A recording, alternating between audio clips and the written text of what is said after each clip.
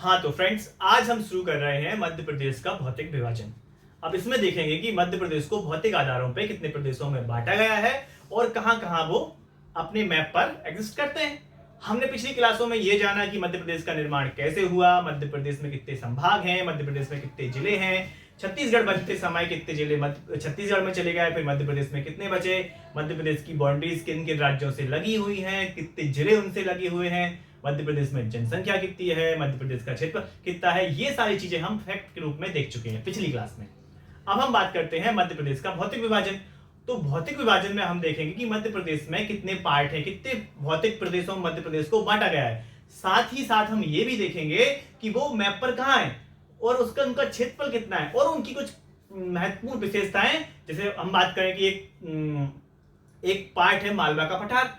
तो मालवा का पठार में क्या क्या आता है, उसका पैटर्न क्या है, उसकी संस्कृति क्या है, उस पर कौन कौन से जिले आते हैं, उसका क्या फेमस है, ये सब चीजें हम हर एक पार्ट के बारे में थोड़ी थोड़ी जानेंगे, जिससे कि इनसे कुछ भी क्वेश्चन आए तो हम लिख पाए या बना पाए। ओटी में आए, ऑब्जेक्टिव टाइप में आए तो भी लिख पाए और सब्जेक्टिव में आए तो भी लिख पाए।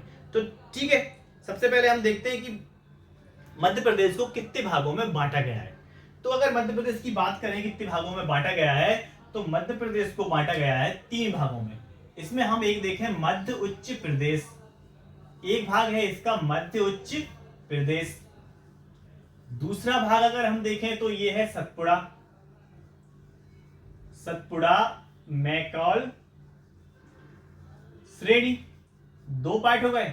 तीसरा पार्ट जो है वो है हम देखें पूर्वी पठार। ये 3 पार्टों में मध्य प्रदेश को बांटा गया है। अब इन 3 पार्टों के अंदर कुछ सब पार्ट भी हैं। तो अगर हम सब पार्ट्स की बात करें तो मध्य उच्च प्रदेश के अंतर्गत हम देखते हैं कि मध्य उच्च प्रदेश को फिर से 5 भागों में बांटा गया है। तो फिर से 5 भागों में बांटा गया है, तो वे भाग कौन कौन से हैं? सबसे पहले भाग है हमारा मालवा का पठार। तो हमने बात कर ली मालवा का पठार, तो हम मालवा पठार के बारे में जानेंगे कि उसमें क्या क्या है। फिर हम बात करें तो बुंदेलखंड का पठार, ये इसका दूसरा पार्ट है बुंदेलखंड का पठार। ये सारी चीजें मध्य उच्च प्रदेश के अंतर्गत ही आती, तो बुंदेलखंड का पठार। अब बात करें तो तीसरा पार्ट है इसका रीवा पन्ना पठार, रीवा पन्ना पठार हो गया साहब। अब बात करें तो मध्य भारत का पठार, मध्य भारत का पठार, ये सारा पठारी ही एरिया है, तो ये हो गया पूरा मध्य प्रदेश का पठार। अब अगली बात करें तो एक हो जाएगा हमारा नर्मदा सोन की घाटी। ये 5 पार्ट हमारे मध्य उच्च प्रदेश के अंतर्गत आते हैं। ठीक है, अब हम बात करें सतपुड़ा और मैकॉल श्रेणी की। तो सतपुड़ा मैकॉल श्रेणी में आता है, हम बात करेंगे इसमें पश्चिमी सतपुड़ा की, पश्चिमी सतपुड़ा, पूर्वी सतपुड़ा और जो तीसरी चीज है हमारी मैकॉल श्रेणी। फिर हम बात करेंगे मैकॉल श्रेणी की। तो इस तरह से हम इसको पढ़ेंगे सतपुड़ा मैकॉल श्रेणी को। ठीक है, तो हमने देख लिया सतपुड़ा की सतपुड़ा मैकॉल श्रेणी में कौन कौन से पार्ट आएंगे, पश्चिमी सतपुड़ा, पूर्वी सतपुड़ा और मैकॉल श्रेणी। अब हम बात करते हैं पूर्वी पठार की। तो पूर्वी पठार के अंतर्गत आएगा सिर्फ एक पठार, वो है बघेलखंड का पठार, बघेलखंड का पठार। ये हमने देख लिया मध्य प्रदेश का भौतिक विभाजन। अब क्या करेंगे, हम हर एक पार्ट को थोड़ा थोड़ा पढ़ेंगे। उनमें ये देखेंगे कि इन पार्ट्स के अंतर्गत कौन सा क्षेत्र आता है, कौन से जिले आते हैं और क्या इसकी विशेषताएं, कहां कहां कुछ इंपॉर्टेंट चीजें हैं, पर्यटन क्या है, कोई किले हैं। ये चीजें हम अलग से ही पढ़ेंगे, लेकिन इनमें भी थोड़े थोड़े हम देखते जाएंगे। ठीक है, तो हम अब बात करते हैं सबसे पहले इनको। पहले हम एक बार मैप पे और समझ लेते हैं। मैप पे समझ लेंगे कि ये जो हमने इन पार्ट्स के बारे में बात की है, इन भागों के बारे में बात की है कि ये असल में मध्य प्रदेश के नक्शे पर कहां है।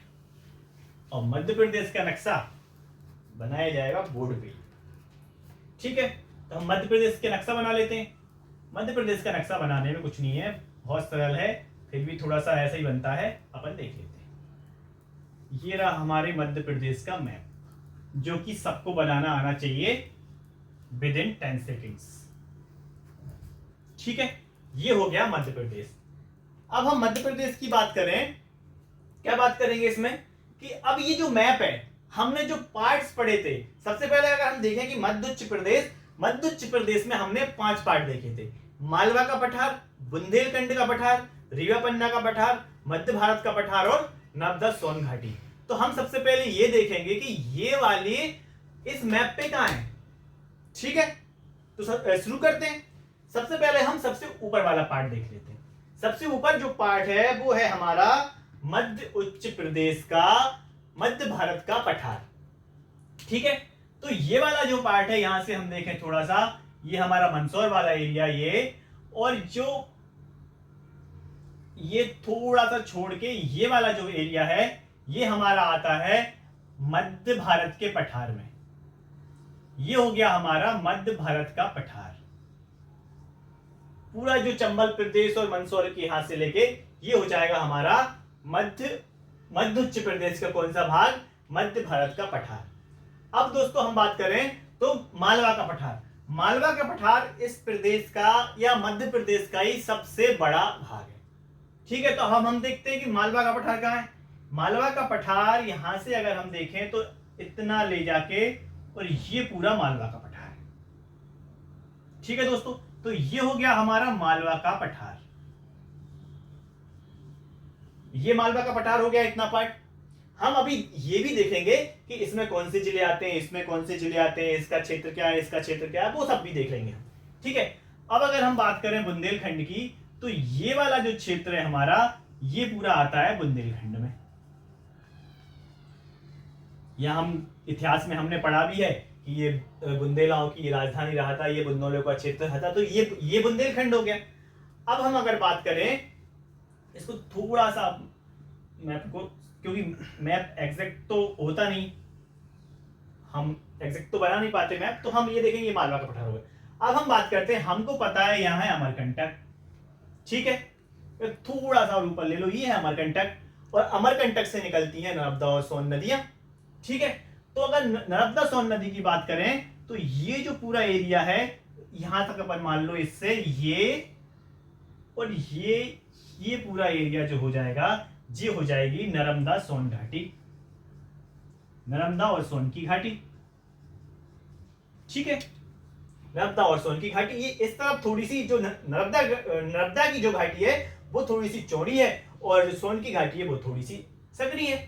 ठीक है, तो अब अगर हम बात करें कि इसको थोड़ा सा हम ऐसा बना देते हैं, सोन थोड़ी सी ऊपर को गई है, ये सोन नदी। ठीक है, अब जो ये वाला पार्ट है ये है रीवा पन्ना का पठार।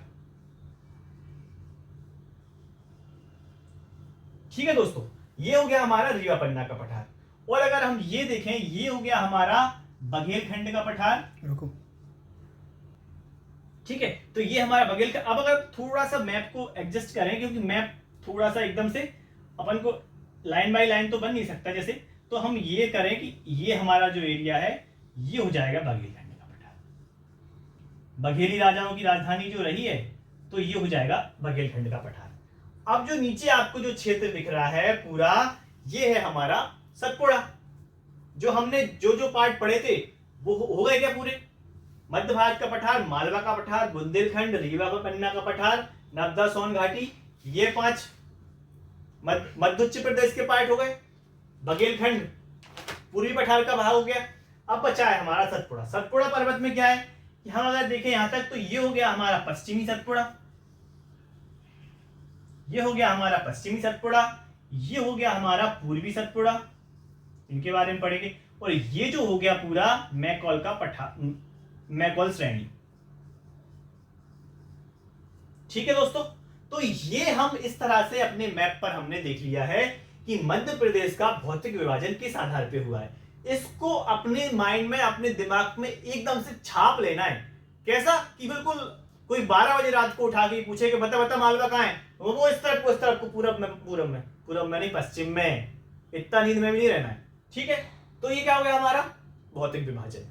अब भौतिक विभाजन में हम क्या देखेंगे कि जैसे मालवा का पठार है, अब मालवा के पठार की क्या क्या विशेषताएं हैं, कैसे ये बना, इसमें क्या नदियां हैं, क्या जलवायु है, क्या मिट्टी है, क्या फसल होती है, शिक्षा के केंद्र क्या है, दुनिया तमाम जहां की बातें जो मालवा के पठार से संबंधित है। ठीक है, तो चलो शुरू करते हैं अपन कि मालवा के पठार में क्या क्या आता है। ठीक है, हमने पढ़ लिया ये। अब हम बात करते हैं कि इनसे संबंधित जो भी ऐसी चीजें हैं जिनसे क्वेश्चन बन सकता है, जो अभी तक के एग्जाम में आई हुई हैं, मैं आपको सब बताऊंगा। जैसे अभी शायद पिछले साल भी मेंस में क्वेश्चन आया था कि मालवा का पठार 3 नंबर में लिख दो। मालवा के पठार की आर्थिक स्थिति आई थी 5-6 नंबर में आई थी कुछ साल, एक आध साल पहले। तो ऐसे करके क्वेश्चंस बनते रहते हैं, अपन को ये देख लेना है। ठीक है, अब हम इसमें ही बात करेंगे सबसे पहले मालवा के पठार की। तो मालवा के पठार की अगर हम बात करें, अच्छा सबसे पहले एक और चीज हम समझ लेते हैं कि जो हम क्षेत्रों को देखना है उनका आधार क्या होगा। ठीक है, सबसे पहले हम इनमें देखेंगे कि ये किन किन जिलों में फैला हुआ है। ठीक है, जिला देखेंगे या हम इनको एक साइड लिख ही लेते हैं, तो आपको रहेगा कि किन किन जिला देखेंगे, इनका क्षेत्र देखेंगे कि ये कितने प्रतिशत क्षेत्र पे मध्य प्रदेश के हैं। जिला हो गया, क्षेत्र हो गया। अब क्या देखेंगे दोस्तों वहां की, कि वहां मिट्टी कैसी है, तो हम वहां की मिट्टी देख लेंगे। ठीक है, मिट्टी के बाद क्या देखेंगे कि वहां वर्षा कैसी होती है। वर्षा के बाद क्या देखेंगे कि वहां फसल कैसी होती है। ये यहाँ की हम इसकी, क्योंकि हम भौतिक विभाजन पढ़ रहे हैं तो भौतिकता से जो संबंधित चीजें हैं या भूगोल से जो संबंधित चीजें हैं वो हम पहले देख लेते हैं। तो क्या हो गया, हमारा जिला देख लिया हमने कहाँ कहाँ है, क्षेत्र देख ली, मिट्टी देख ली, वर्षा देख ली, फसल देख ली। अब थोड़ा सा और आगे बढ़ते हैं, तो हम क्या देखेंगे इसमें, पर्यटन क्या क्या है, पर्यटन देख लेंगे। पर्यटन के बाद अगर हम बात करें, ठीक है, अब पर्यटन के बाद अगर हम बात करें तो वहां पे हम कुछ शिक्षा के केंद्र देख लेंगे क्या क्या है। कोई बड़े शिक्षा का अगर केंद्र है तो हम वो देख लेंगे। जैसे और अगर देखें तो हम जनजातियां देख लेंगे, क्योंकि दोस्तों मध्य प्रदेश एक ऐसा प्रदेश है जहां पर सबसे ज्यादा जनजातियां पाई जाती हैं पूरे देश में। तो हम वहां कौन कौन सी जनजातियां पाई जाती हैं वो देख लेंगे। दोस्तों हम वहां के खनिज देख लेंगे, खनिज भी देख लेंगे। हम वहां के उद्योग धंधे देख लेंगे क्या है। ठीक है, तो ऐसे करके हम हर एक क्षेत्र के बारे में कुछ कुछ चीजें देख लेंगे। सारी चीजें तो हम नहीं देख पाएंगे, सारी चीजें फिर हम उस तरह देखेंगे। हम मिट्टी पढ़ेंगे, जब हम वर्षा पढ़ेंगे अलग से, फसल अलग से पढ़ेंगे, पर्यटन, शिक्षा, जनजाति, खनिज, उद्योग, ये सारे टॉपिक्स भी मध्य प्रदेश में हम अलग से पढ़ने वाले हैं। क्योंकि क्वेश्चंस जो होते हैं ना वो इन्हीं सब चीजों से आते हैं। ये 10-12 जो टॉपिक हैं इन्हीं से क्वेश्चन आते हैं, तो हम इनको अलग से अच्छे से पढ़ेंगे कि कौन कौन सी चीज कहां पर अवस्थित है। अब हम बात करते हैं हमारे मालवा के पठार की। अब मालवा के पठार की अगर हम बात करें तो हमने देखा ही है मालवा का पठार क्या है। तो मालवा का जो पठार है वो हम पूर्वी मध्य प्रदेश में है, पश्चिमी में है, नींद में हो क्या, पश्चिमी मध्य प्रदेश में है। ठीक है, और जो मालवा का पठार है, अब हम बात करें क्षेत्र, तो कितने % क्षेत्र पर है ये मध्य प्रदेश के, ये 28% क्षेत्र पर है। ये मध्य प्रदेश का सबसे बड़ा पार्ट है। और अगर हम क्षेत्रफल की बात करें तो सबसे ज्यादा क्षेत्रफल है इसका, हम देखें 88,222 वर्ग किलोमीटर। ये याद रखना है, एक का सबसे बड़े वाले का हम याद रख लेते हैं। भले ये तो सबकी याद रखना है कि 28% है, कोई 26% है, कोई 7% है, लेकिन ये जो है 88,222 किलोमीटर, ये हमें सिर्फ मालवा के पठार का याद रख लेना है, क्योंकि ये सबसे बड़ा पार्ट है। ठीक है, अब देखो मिट्टी की बात करें तो मालवा के पठार पे मिट्टी कैसी पाई जाती है। तो मालवा के पठार पे मिट्टी पाई जाती है काली मिट्टी। दोस्तों काली मिट्टी पाई जाती है यहाँ पे। ठीक है, 3 प्रकार की काली मिट्टी होती है यहाँ पे, साधारण काली, गहरी काली और छिछली काली। तो जब हम मिट्टी पढ़ेंगे तो हम ये मिट्टी ये पढ़ेंगे कि ये ऐसी ऐसी इन मिट्टियों की क्या विशेषता है और ये क्यों पाई जाती है यहाँ पे मिट्टी ये वाली। तो काली मिट्टी बनने की जब हम प्रक्रिया समझेंगे, जब हम मिट्टी पढ़ रहे होंगे, तो वहां पर हम समझेंगे यहाँ पर काली मिट्टी क्यों पाई जाती है। तो अभी सिर्फ ये समझ लो, अगर क्वेश्चन ये बनता है कि मालवा के पठार पे किस प्रकार की मिट्टी पाई जाती है, तो कैसी मिट्टी पाई जाएगी, काली मिट्टी। ठीक है, अभी हम इसमें से एक चीज भूल गए हैं, वो हम इसमें पढ़ लेते हैं, जिला। ठीक है, जिला, जिला किसी भी क्षेत्र के सबसे इंपॉर्टेंट पार्ट होते हैं कि जिले किस किस जिले में वो क्षेत्र आता है। ठीक है, तो हम जिले की बात करें, जिले की बात करें तो इसमें आते हैं हम इंदौर, वहीं से रतलाम, उज्जैन,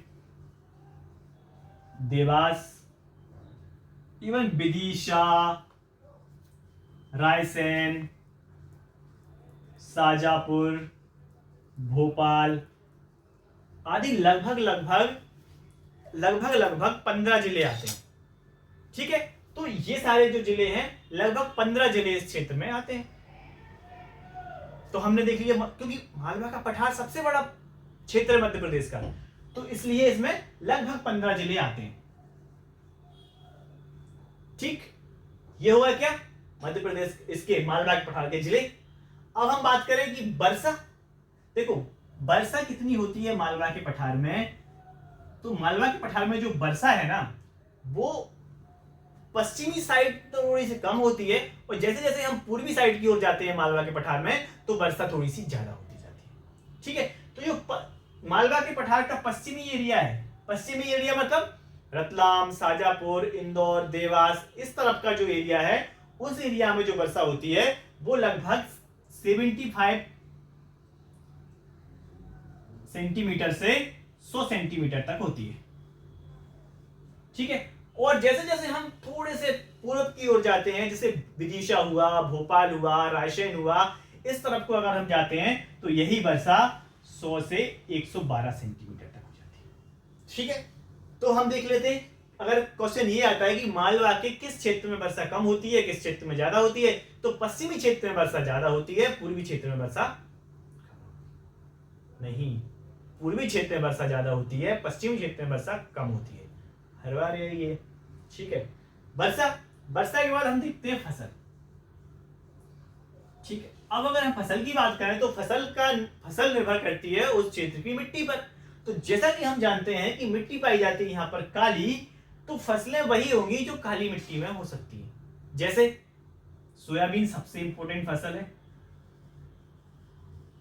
सोयाबीन यहाँ की सबसे इंपॉर्टेंट फसल है, सोयाबीन इस क्षेत्र में बहुत होता है। और बात करें अगर, ये तो खरीफ की फसल हो गई। अच्छा, ये खरीफ की फसल कौन सी है, रबी की फसल कौन सी है, ये हम फसलों में पढ़ेंगे तब आपको अच्छे से समझ में आ जाएगा कि क्यों खरीफ की फसल को खरीफ की फसल कहते हैं, रबी की फसल को रबी की फसल कहते हैं। अभी याद रखने की ट्रिक है वो ये है कि रबी मतलब सूर्य, रबी मतलब सूर्य, तो जो गर्मी में आए वो रबी की फसल, और बाकी जो है वो खरीफ की फसल। तो रबी की फसल, तो ये खरीफ की फसल है सोयाबीन, क्यों? क्योंकि ये बारिश में आती। ठीक है, जैसे अभी आ रही है, कट रही है। और बात करें हम गेहूं, गेहूं के बारे में अगर हम बात करें तो चने, विदिशा चना का बहुत बड़ा केंद्र। तो दोस्तों ये फसलें इसमें काली मिट्टी में होती हैं, तो वही मालवा के पठार में होंगी। जहां जहां काली मिट्टी पाई जाएगी वहां वहां ये फसलें पाई जाएंगी। क्लियर? ठीक है, अब फसल की बात, अब बात करते हैं हम पर्यटन की, कि यहाँ पे क्यों कौन कौन सा पर्यटन है। तो पर्यटन की अगर हम बात करें तो देखो, रायसेन आपने नाम सुना है, रायसेन में है सांची,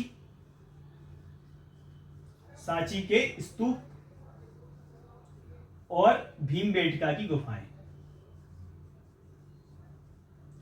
ये दोनों ही स्थल हमारी यूनेस्को की विश्व विरासत सूची में शामिल है। तो ये दोनों यहाँ के प्रमुख पर्यटन है। फिर और तो हम कई सारे राष्ट्रीय उद्यान है, जैसे भोपाल का हम देखें वन विहार है, और कई सारे यहाँ पे पर्यटन स्थल हैं जो हम पर्यटन में पढ़ने वाले हैं। ठीक है, जैसे एक और सबसे इंपोर्टेंट पर्यटन स्थल है महाकालेश्वर मंदिर, जो कि उज्जैन में है। 12 ज्योतिर्लिंगों में से एक ज्योतिर्लिंग ये भी है, और ये एकमात्र ऐसा ज्योतिर्लिंग है जहां पर क्या होता है, दक्षिण मुखी ज्योतिर्लिंग है। और यहीं पर कुंभ का मेला भी लगता है।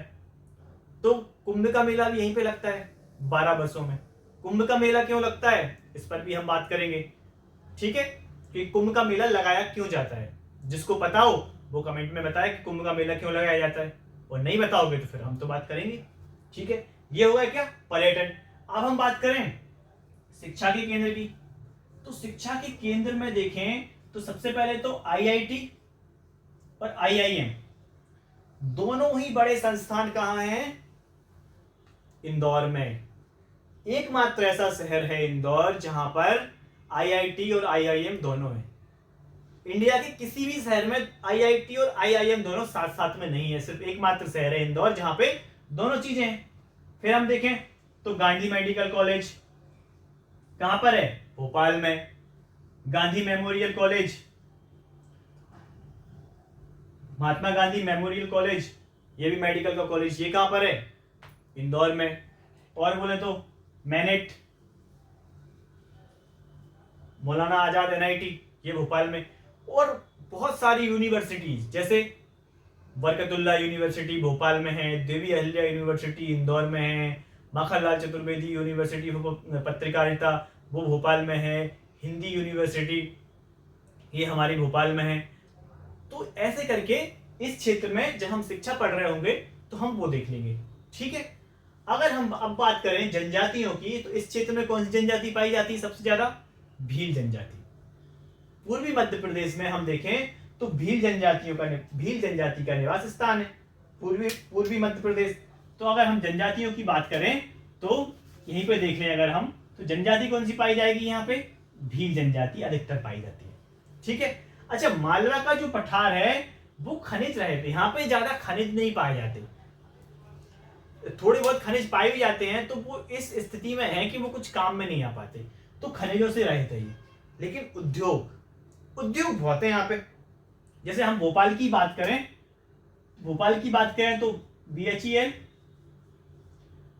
गुना की बात करें तो गेल, NFL, इंदौर की बात करें तो कपड़ा उद्योग, उज्जैन में हमारा सोयाबीन का मिल है, एशिया का सबसे बड़ा सोयाबीन मिल। तो ऐसे करके इस क्षेत्र में उद्योग बहुत हैं, और उद्योगों की अधिक से अधिक स्थापना का एकमात्र कारण है कि यहाँ पे आधारभूत संरचना अच्छी है, रोड अच्छे हैं, इंटरनेशनल एयरपोर्ट्स हैं, ट्रेन की लाइंस हैं, यहाँ पे बैंकिंग सुविधा अच्छी है, और उद्योगपति अच्छे, मतलब बड़े उद्योगपति हैं यहाँ पर। तो क्या हुआ है, इस क्षेत्र का औद्योगिक विकास बहुत हुआ है, आर्थिक विकास भी उसी से हुआ है। जबकि हम देखें कि हमारा जो पूर्वी मध्य प्रदेश है वहां पे खनिज बहुत पाए जाते हैं, लेकिन वो एरिया डेवलप नहीं हुआ है क्योंकि वहां उद्योग नहीं लगे हैं। और उद्योग लगने के लिए सबसे ज्यादा जरूरी क्या है कि वहां का आधारभूत संरचना का विकास हो। अब आधारभूत संरचना का विकास हो, इसी के लिए उद्योग लगाए जाते हैं। ठीक है, अब हमने क्या पढ़ लिया? हमारा मालवा का पठार। अब दूसरा पार्ट हम देखते हैं, कौन सा? मध्य भारत का पठार। मध्य भारत का जो पठार है वो हमारे मध्य प्रदेश के उत्तरी क्षेत्र में सब। तो इसके हम जिले देख लेते हैं कौन कौन से हैं। जिले में अगर हम देखें तो सबसे पहले आता है मंदसौर,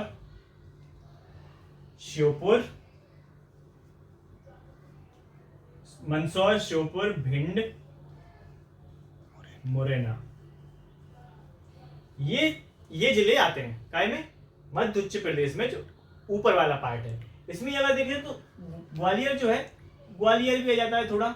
ठीक है, और शिवपुरी तो बुंदेलखंड और उसमें दोनों में आ जाती है।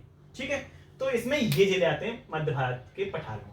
अब हम बात करें इसकी कि इसका क्षेत्र कितना है, ये कितने क्षेत्र पर विस्तारित है, क्योंकि ये क्वेश्चन सीधे सीधे बन जाते हैं कि ये कितने क्षेत्र पर विस्तारित है। तो 10.68% भाग पर ये वाला क्षेत्र विस्तारित है। मतलब मध्य प्रदेश का जो हिस्सा है उसमें इसका हिस्सा कितना है? 10.68%। ठीक है, अब हमने इतने सारे जो पॉइंट देखे हैं ना, इन पॉइंटों को हम अलग से पढ़ना ही है मध्य प्रदेश में, तो हम इनको यहां ना पढ़ के हर एक, जैसे मिट्टी अलग से पढ़ेंगे, वर्षा अलग से पढ़ेंगे, फसल अलग से पढ़ेंगे, तो हम वहां पर इनको कवर करते जाएंगे उनका क्षेत्र भाई। यहाँ हम यहाँ देख लेते हैं कि कुछ विशेष चीजें हैं। जैसे मध्य भारत के पठार में हमने देख लिया ये जिले इतना % ये। अब ऐसे कुछ विशेष, अब ऐसे विशेष में क्या है इसमें कि देखो ग्वालियर का किला है, जो ग्वालियर का किला है उसे हम कहते हैं किलों का रत्न। सीधा का सीधा क्वेश्चन आ जाता है, या इसे कहते हैं Gibraltar of India. Gibraltar of India इसको क्यों कहते हैं? क्योंकि मोरक्को और स्पेन दो देश हैं भूमध्य सागर में। ठीक है, मोरक्को है अफ्रीका में और स्पेन है यूरोप में। ये दोनों, ये जैसे ये मोरक्को है, ये स्पेन है और सिर्फ बीच में इतनी सी जगह है, ये जगह है सिर्फ ये भूमध्य सागर है। तो भूमध्य सागर में आने के लिए, और ये बीच की जो जल संधि है इसको बोलते हैं हम, कौन सी जल संधि? जिब्राल्टर। ये है जिब्राल्टर। तो क्या है, ये जिब्राल्टर संधि जो है वो भूमध्य सागर में आने के लिए पार करनी पड़ती है, मोरक्को और स्पेन के बीच में ये। तो अब देखना, इसी से कहते हैं, इसी से रिलेटेड करके ग्वालियर के किले को बोलते हैं जिब्राल्टर ऑफ इंडिया, क्योंकि भूमध्य सागर में आने के लिए जब जिब्राल्टर संधि पार करनी पड़ती है, ऐसे ही अगर भारत में प्रवेश करना है, पश्चिम से पूरब की ओर आना है, तो ग्वालियर के किले को जीतना पड़ेगा, इसलिए ग्वालियर के किले को बोलते हैं जिब्राल्टर ऑफ इंडिया। ठीक है, तो हमने विशेष में क्या देख लिया कि ग्वालियर किला। और अगर हम देखें एक और जो मंदसौर है, मंदसौर में एक बहुत फेमस मंदिर है, मंदसौर का मंदिर है पशुपतिनाथ का मंदिर। पशुपतिनाथ का मंदिर है, ये भी हम देखेंगे और हम पर्यटन पढ़ेंगे। तो मंदसौर में क्या है? पशुपतिनाथ का मंदिर। और शिवपुरी जो है हमारी, शिवपुरी को बोलते हैं पर्यटन की नगरी। पर्यटन नगरी बोलते हैं किसको? शिवपुरी। ये ऐसे फैक्ट है जो लगभग हर एग्जाम में आते रहते हैं। ठीक है, एक और हम इसमें विशेष में देखें कि जब व्यापारिक मेला, हम जानते हैं सब मध्य प्रदेश के जो लोग हैं वो ग्वालियर मेले का नाम से इसको जानते हैं, अलग से एक मेला ग्राउंड बना हुआ है। तो ये क्या है? यहाँ की विशेष चीजें हैं जो हमने देख ली हर क्षेत्र की। अब हम हर क्षेत्र की ऐसे ही कुछ विशेष चीजें देखते रहेंगे। तो जैसे ये हमने किसकी देख ली? मध्य भारत के पठार की। अब जैसे भिंड है, भिंड जो है ना, भिंड में सबसे कम वर्षा होती है। जैसे भिंड ऐसा क्षेत्र है जो भिंड की जो गोहद तहसील है, गोहद तहसील में केवल 55 सेंटीमीटर बारिश होती है। ये हमारे पास एक फैक्ट है, तो ये हम देख लेते हैं। और भिंड को क्या बोलते हैं? सरसों की डलिया या सरसों की मंडी। ये यहाँ पे सरसों बहुत होती है। तो ये ऐसी चीजें हैं जो हमको याद रखना है, ये फैक्टें यही आते हैं एग्जाम में। ठीक है, तो हम ऐसे करके इसको भौतिक विभाजन को कंप्लीट करेंगे। अब हम अगर आगे बढ़ते हैं मध्य भारत के पठार के बाद, तो अब हम बात करते हैं बुंदेलखंड के पठार की। बुंदेलखंड के पठार की अगर हम बात करें, हमने उसकी स्थिति देख ही ली है कि वो कहां पर है। ठीक है, तो अब हम बात करते हैं बुंदेलखंड के पठार की। दोस्तों, बुंदेलखंड का पठार जो है, या बुंदेलखंड जो नाम है, वो काय के आधार पर पड़ा है? बुंदेलों की राजधानी के आधार पर। ठीक है, तो जो यहाँ पर बुंदेल राजाओं ने राज किया है, इसलिए इसका नाम पड़ गया बुंदेलखंड, बुंदेलखंड का पठार। सबसे पहले हम इसकी क्या देखेंगे दोस्तों? इसके सबसे पहले हम देखेंगे कि जिला कौन कौन से हैं। तो जिला हम देख लेते हैं, तो इसमें आता है दतिया, शिवपुरी का पार्ट, शिवपुरी। और चलें तो निवाड़ी तो आएगा ही, निवाड़ी के साथ टीकमगढ़ के बाद अशोकनगर का भी पार्ट आता ही है,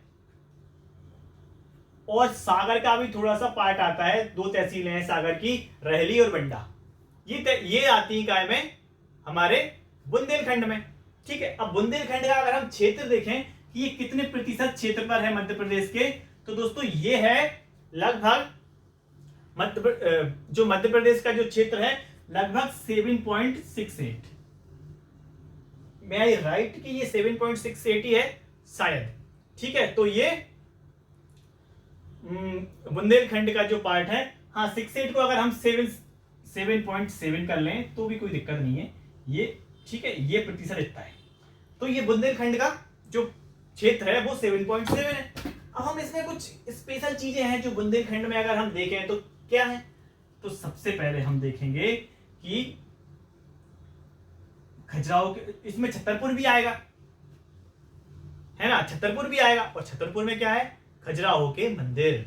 अगर छतरपुर को भी इसमें ऐड कर दें, छतरपुर को हम मिस कर गए थे, तो छतरपुर की अगर बात करें तो छतरपुर में क्या है? सब खजुराहो के मंदिर। ये दोस्तों खजुराहो के जो मंदिर है ना, ये विश्व प्रसिद्ध मंदिर है। मंदिरों की ऐसी श्रृंखला कहीं पर नहीं है, और ये यूनेस्को की विश्व विरासत सूची में भी शामिल है। इसलिए और खजुराहो ही एक ऐसी जगह है जो विमानन सेवा से जुड़ा हुआ है। ठीक है, तो यहाँ पे जाने के लिए आपको हवाई यात्रा की भी सुविधा है। तो हम दोस्तों खजुराहो की अगर हम खजुराहो के बाद बात करें तो हमारा ओरछा, ओरछा, ये बेतवा नदी के किनारे है ओरछा। कहते हैं बुंदेलखंड में एक कहावत चलती है कि पानी बरसेगा कहीं निकलेगा तो ओरछा में से। मतलब वो ओरछा जो जगह है ना, उसमें जो बेतवा नदी निकली है, अब लगभग बुंदेलखंड की सारी नदियां घूम फिर के बेतवा में मिल जाती हैं, तो इसलिए वो कहावत है कहीं से पानी कहीं बरसेगा निकलेगा तो ओरछा में से। ठीक है। और हम अगर बात करें कि यहाँ पे लगभग ये सब चीजें यहाँ पर हैं, तो जैसे हाँ, एक सबसे इंपॉर्टेंट जो चीज है वो है पीताम्बरा पीठ। बहुत फेमस मंदिर है पीताम्बरा पीठ। पीताम्बरा पीठ कहाँ है? दतिया में। दतिया में है पीताम्बरा पीठ।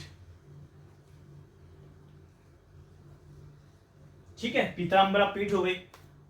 और अगर हम बात करें तो यहाँ की जो सबसे ऊंची चोटी है इस क्षेत्र की, वो है सिद्ध बाबा की चोटी। सिद्ध बाबा की चोटी जो है लगभग 1100 मीटर के आसपास की है। ठीक है, तो सिद्ध बाबा की चोटी हो गई। अब ऐसे ही करके हम बाकी के क्षेत्रों को और देख लेते हैं। ठीक है, ये हो गया बुंदेलखंड का पठार, मालवा का पठार, मध्य भारत का पठार। अब हम बात करें अगर, तो किस क्षेत्र की बात करते हैं? रीवा पन्ना के पठार की। अब रीवा पन्ना के पठार में देखते हैं कि क्या क्या आता है। तो जो रीवा पन्ना का जो पठार है, इसमें हमको ये तो कंफर्म ही हो गया कि इसमें दो जिले कौन से आएंगे? रीवा और पन्ना। रीवा और पन्ना के साथ आ जाएगा हमारा सतना, और सतना के साथ आ जाएगा हमारा सीधी। सीधी तक हम चले जाएंगे, ये इतना पार्ट आएगा इसमें। ठीक है, अब इसका कितना क्षेत्र है? इसका जो क्षेत्र है वो लगभग 7% के आसपास ही है। ठीक है, जो रीवा पन्ना का जो पठार है वो 7 तो वो है बगैर, अच्छा ये 10% है, 10.38। ठीक है, ये थोड़ा सा कंफ्यूज हो गया था मैं इसमें। ठीक है, थैंक्स फॉर करेक्ट। तो क्षेत्र कितना हो गया? 10.38 इसका क्षेत्र हो गया। अब हम बात करें कि यहाँ का फेमस क्या है। तो दोस्तों यहाँ पाई जाती है एक जनजाति, कोल जनजाति। कोल जनजाति यहाँ की बहुत फेमस है। और जो दोस्तों कोल जनजाति है ना, सीधी के बाद इसमें रीवा पन्ना पठार में सिंगरौली भी आ जाएगा। ठीक है, तो कोल जनजाति मध्य प्रदेश की सबसे पढ़ी लिखी जनजातियों में से एक नहीं, सबसे पढ़ी लिखी जनजाति अगर माने तो वो कोल जनजाति है। और जो शासकीय सेवाएं हैं उसमें सबसे ज्यादा यही जनजाति पाई जाती है। ठीक है, और इसमें इंपोर्टेंट हम क्या देखें कि यहीं पे पन्ना में क्या पाया जाता है? पन्ना में पाया जाता है दोस्तों हीरा। पन्ना और सतना की खदानें हैं, वहां पर हीरा पाया जाता है। जब हम खनिज पढ़ेंगे उसमें हीरा पढ़ेंगे, तो ये एक इंपोर्टेंट चीज है। एकमात्र जिला है, एकमात्र प्रदेश ऐसा है जहां पे हीरा पाया जाता है। ठीक है, तो हम हीरा के बारे में पढ़ेंगे। हमने पढ़ा था सिंगरौली। सिंगरौली क्या है? हमारी ऊर्जा राजधानी। और ऊर्जा राजधानी इसे क्यों कहते हैं? क्योंकि यहाँ पर कोयले की मोटी मोटी परतें पाई जाती हैं। ठीक है, और अगर हम देखें सतना में, सतना में क्या है? एक और सतना में है दोस्तों मैयर माता का मंदिर। मैयर में जो है, मैयर जो एक जगह है वहां पे क्या है? शारदा माता का मंदिर है। शारदा माता का मंदिर है। और यहाँ पे ये मान्यता है कि रोज आला उदल या इस मंदिर में आते हैं, किस लिए? पूजा करने के लिए सुबह सुबह। और मैयर जो है, मैयर वो किसकी कर्मस्थली है? हम जानते हैं बाबा अलाउद्दीन खां की। संगीत सम्राट जो है वो अलाउद्दीन खां की क्या है? ये कर्मस्थली है। और वहां मैयर बैंड बहुत फेमस बैंड है वहां का। ठीक है, तो और एक और चीज हम सतना में क्या है? चित्रकूट। सतना में क्या है? चित्रकूट। और चित्रकूट में क्या है? बहुत सारे भगवान राम से संबंधित मंदिर हैं। वो जो कहते हैं कि चित्रकूट के घाट पर वही संतन की भीड़, तुलसीदास चंदन घिसे तिलक करें रघुवीर। तो यहीं पर तुलसीदास जी को प्रभु श्री राम के दर्शन हुए थे। उन्होंने जब वो चंदन घिस रहे थे, सब लोग लगा रहे थे, श्री राम खुद आए और उन्होंने तुलसीदास को तिलक किया। तब जाके उनको उसी समय क्या हुआ? तुलसीदास जी को श्री राम के दर्शन हुए। ठीक है, तो ये हो गया, क्या हो गया? रीवा पन्ना का पठार। अब रीवा पन्ना के पठार से अगर हम आगे चलें, आगे बात करें, तो हमारा जो एक और जो पार्ट बचा हुआ है मध्य प्रदेश का, वो क्या है दोस्तों? वो है नर्मदा सोन घाटी। अब नर्मदा सोन घाटी के बारे में हम देखें तो देखो, नर्मदा और सोन नदी, ये दोनों नदियां हैं। इन दोनों की जो घाटी है उसके बारे में हम बात कर लेते हैं। तो अब जहां से नर्मदा निकली है, नर्मदा का उद्गम स्थल कौन सा है? अनूपपुर। अनूपपुर जिले का अमरकंटक जगह, तो अनूपपुर में तो होगी।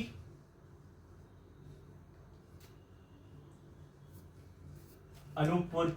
अब जहां से नर्मदा निकल के आई है, अनूपपुर के बाद देखें हम तो जबलपुर, जबलपुर के बाद देखें तो होशंगाबाद, होशंगाबाद के बाद हम बात करें तो नरसिंहपुर।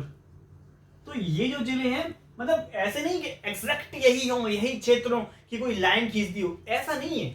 बस एक क्षेत्र जो बांट दिए गए हैं एक अनुमान के आधार पे, कोई ऐसे एग्जैक्ट लाइन नहीं है कि हाँ ये नर्मदा क्षेत्र है, ये नर्मदा सोन घाटी है, ऐसा नहीं है ना। ऐसा कि नहीं बस ये ही मालवा है, इससे बाहर नहीं जाओगे, ये इसके बाहर मालवा नहीं है, ऐसा नहीं है। ये क्षेत्र है वो एक अनुमान के आधार पर बांट दी गई, ये यहां से यहां तक मालवा है, ये एक का क्षेत्र है।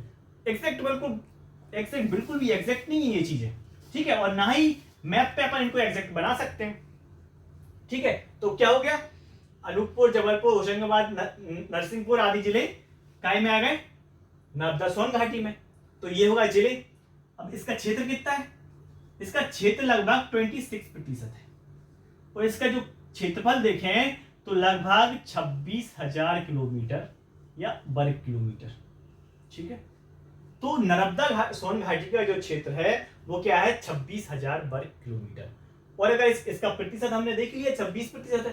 अब इसमें क्या इंपोर्टेंट होगा? नर्मदा सोन घाटी में हम देखें तो क्या इंपोर्टेंट होगा? एक तो क्या है कि इस घाटी के दोनों तरफ एक जनजाति पाई जाती है, गोंड जनजाति। गोंड जनजाति मध्य प्रदेश की सबसे बड़ी जनजाति नहीं है, भील है मध्य प्रदेश की। कहीं कहीं गोंड भी मिलती है, लेकिन अभी जो ऑफिशियल डेटा है उसमें भील जनजाति ही सबसे बड़ी है, ठीक है। अब इसके अगर कुछ और डेटा मिलेगा तो हम उसको अपडेट कर लेंगे, ठीक है। अब कृषि अर्थव्यवस्था की रीढ़ कहते हैं किसको हम?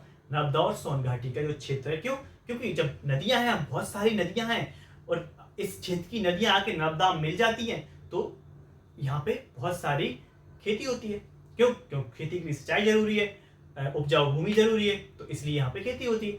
अब यहाँ पे कुछ हम पर्यटन देखें तो जैसे जबलपुर है, जबलपुर में कौन सा पर्यटन स्थल है? नर्मदा नदी पे स्थित है भेड़ा घाट, भेड़ा घाट है दोस्तों। और होशंगाबाद में अगर हम देखें तो होशंगाबाद जिले में क्या है? होशंगाबाद जिले में है एकमात्र हिल स्टेशन पचमढ़ी। पचमढ़ी जो क्षेत्र है दोस्तों, वहां लगभग 199 सेंटीमीटर बारिश होती है, ठीक है। अच्छा, ये जब हम वो पढ़ेंगे क्या, हमारा सतपुड़ा पर्वत, तो ये उसमें भी आएगा, ये जिला इसमें आता है। लेकिन जो पचमढ़ी वाला क्षेत्र है, महादेव श्रेणी, वो आएगा काय में? सतपुड़ा वाले क्षेत्र में, ठीक, क्योंकि ये सतपुड़ा पर्वत पर ही है।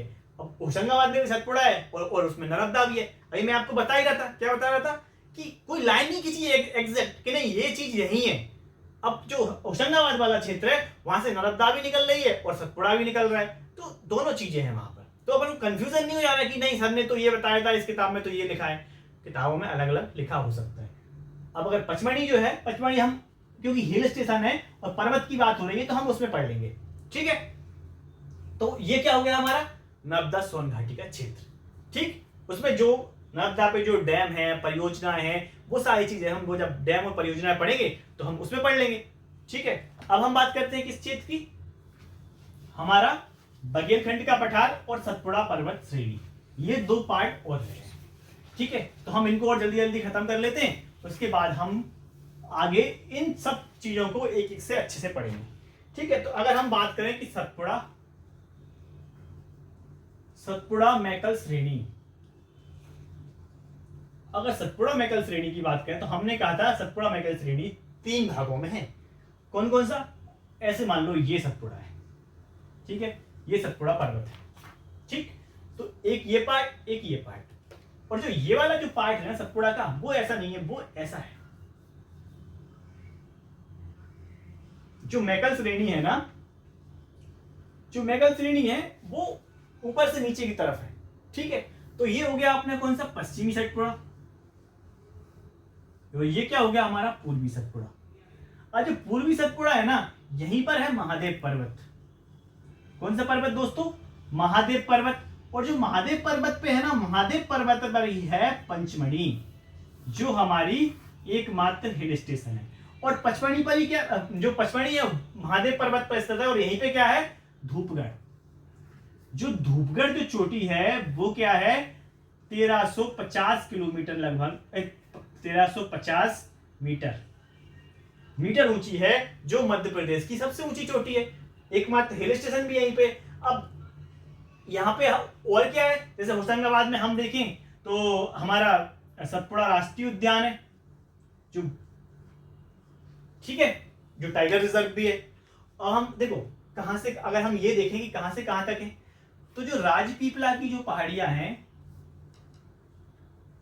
गुजरात में, राजपीपला की पहाड़ियों से लेकर और बुरहानपुर दर्रे तक, जो हमारे यहाँ बुरहानपुर है, बुरहानपुर दर्रे तक लेकर के जो पार्ट है वो है पश्चिमी सतपुड़ा।